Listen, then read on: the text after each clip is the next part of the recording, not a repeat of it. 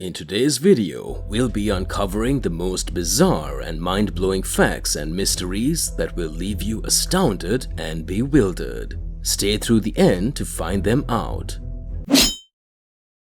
This man escapes a close shave with death as he readily knows what to do in time of an emergency, such as what happened to him. Thankfully, he is rescued an hour after he made a distress call.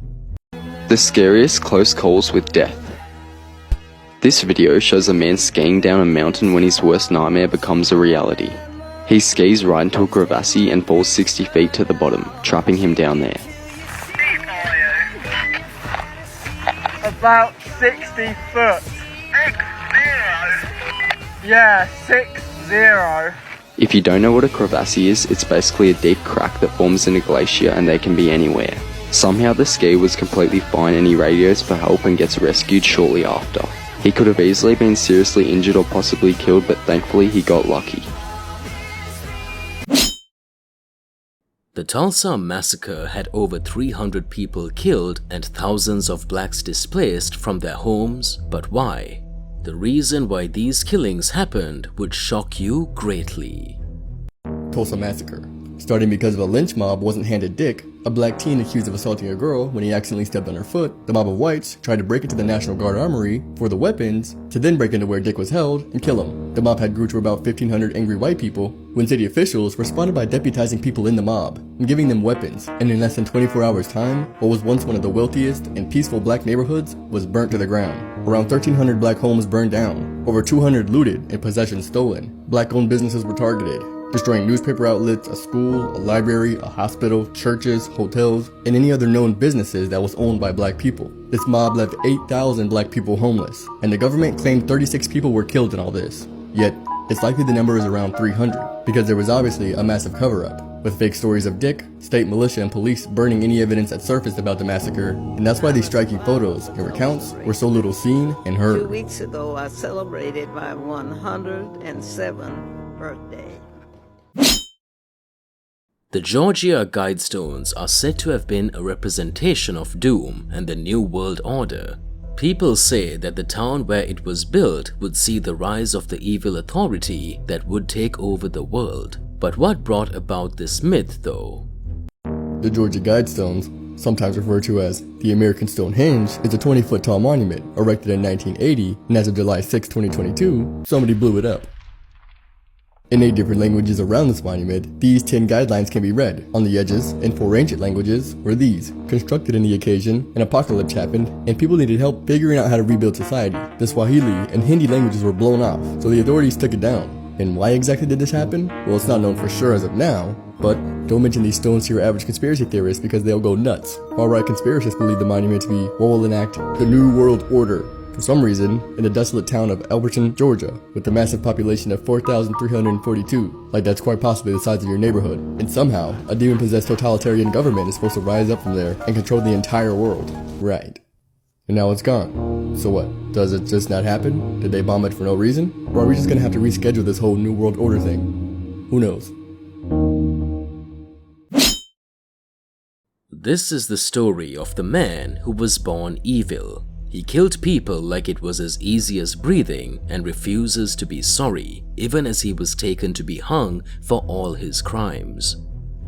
The man who was born evil. Born 1891, Carl Panzram grew up on a farm in Minnesota, and as early as 5 years old, felt he was a liar and a thief, but said he started out slow and got meaner and more disturbed as he got older. By the age of 11, he had already been arrested twice, and after stealing a gun in 1903, his parents responded by sending him to a reform school, which only made him worse, as he was beat, tortured, and assaulted by the staff daily, so he burned the place to the ground in 1905. After bouts of robbing people, arsons, home invasions, and unsuccessfully trying to kill a teacher, he enlisted in the military, a season that was short-lived, as he was charged with larceny and imprisoned until 1910. Panzram claimed his time locked up in Leavenworth was the point of no return, and any ounce of goodness he had left him. So after getting out, he assaulted and strangled a man for $1,000, while hiding under the alias Jefferson Davis, one which he muddied by getting arrested twice under it, and changed it again, and then changed it many more times, famously going by these names, arrested under all of them. After helping a fellow inmate escape prison and kill a man, he decided he liked it and wanted more, so he burglarized former President William Taft's house. He stole bonds and jewelry, but also his 1911, and took it for a murder spree. With all the money from that sucker Taft, he bought a yacht where he would lure people on, get them drunk, assault them, kill them, and then throw them overboard. This was a daily occasion, as in a time where the average height of a man was 5'5", and Panzram standing at 6 foot tall with 200 pounds of muscle, he could, and did, overpower and assault any man he set his eyes on. And by his death, committed more than 1,000 acts of forced sodomy, that sadly not only included men, but young boys as well. After committing another assault on a fisherman and stealing $20,000 from him, he was reported, and after a few more crimes, found himself back in prison, where some of his alias were found, where he then admitted to much more than they knew of, just that week killing 3 other boys, and he was sentenced to 25 years. His first day back in prison, he claimed, "I'll kill the first man that bothers me," which was a promise he did keep by beating a man in the head with an iron bar to death, which he was then sentenced to death for. The only friend he ever had was a prison guard during his last stay, who supplied him with a pencil and paper, on which he denied repenting for any of his actions and crimes committed. Between then and the age of 5, he killed 21 people, committed over 2,000 crimes under 9 different names, and writing for all the things he's done, he wasn't the least bit sorry. Human rights activists opposed his death penalty, and in response he wrote, "The only thanks your kind will ever get from me for your efforts on my behalf is that I wish you all had one neck, and that I had my hands on it." On September 5th, 1930, Panzram was hanged, and as the officer attempted to put the bag over his head, he spat in the executioner's face. Then when asked for his last words, he stated, "Yes, hurry it up. I could kill a dozen men while you're screwing around." Words that would inevitably be his last. Since buried in the Leavenworth Penitentiary Cemetery, under his prison number, where he still lies today. And then with these 3 boys, especially this boy, Salem, Massachusetts, McMahon boy. He committed sodomy on him. Boy was about 10, 12 years old, and then knocked his brains out with rocks.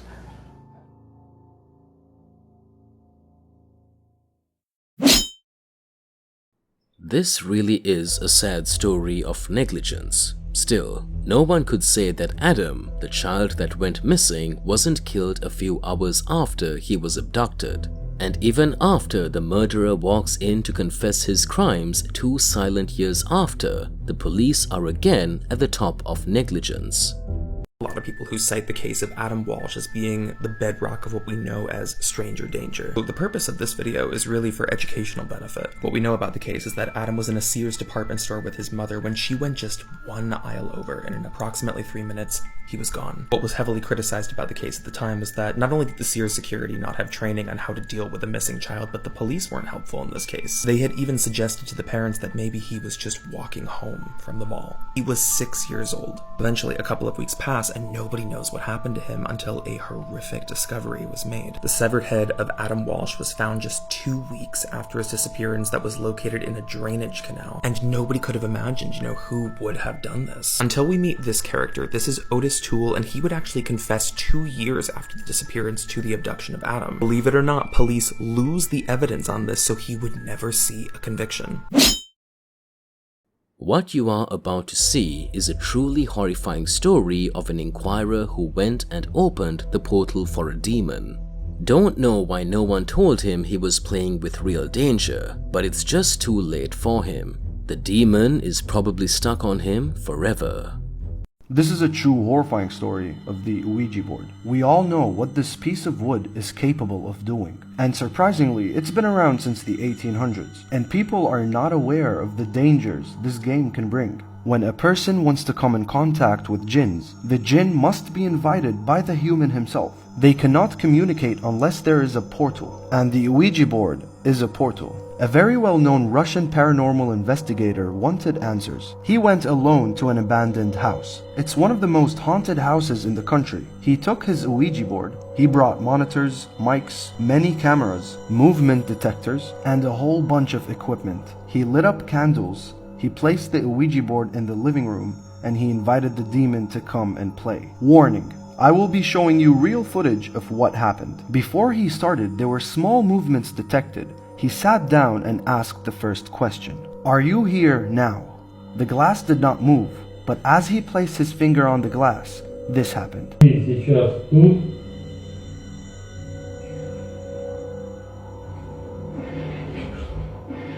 He kept asking questions such as, was it you who moved the glass? Yes. Can you tell me your name? No. As the glass was still on top of no, he asked, so you won't tell me your name? And this happened.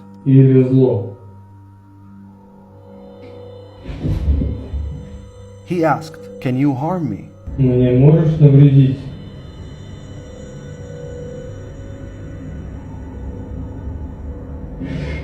He asked again, "Do you wish me harm?" Ты мне желаешь зла?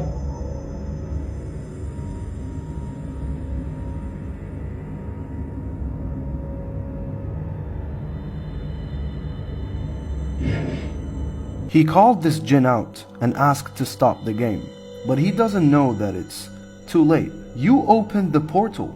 They play by their rules now. They're not going anywhere if you ask them to leave. And chaos is what happened. Я прощаюсь с тобой. Уходи. Твою мать.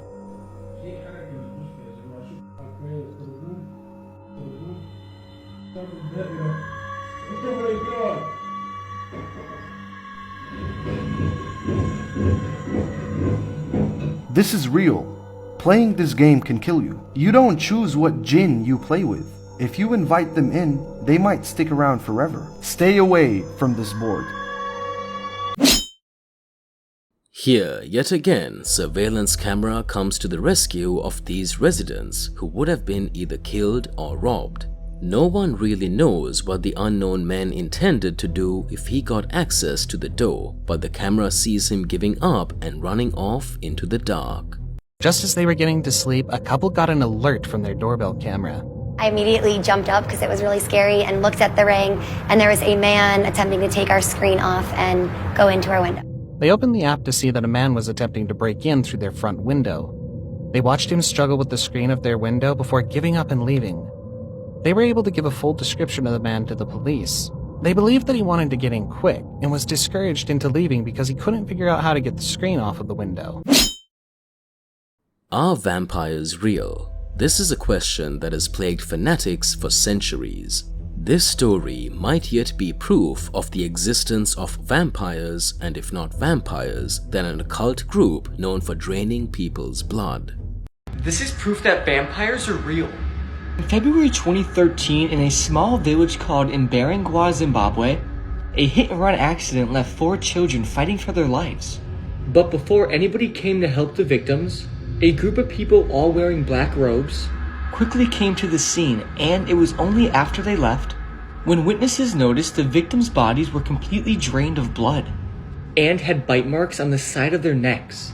This sparked outrage throughout the whole village, and the village then initiated a witch hunt to track down the people involved that did this.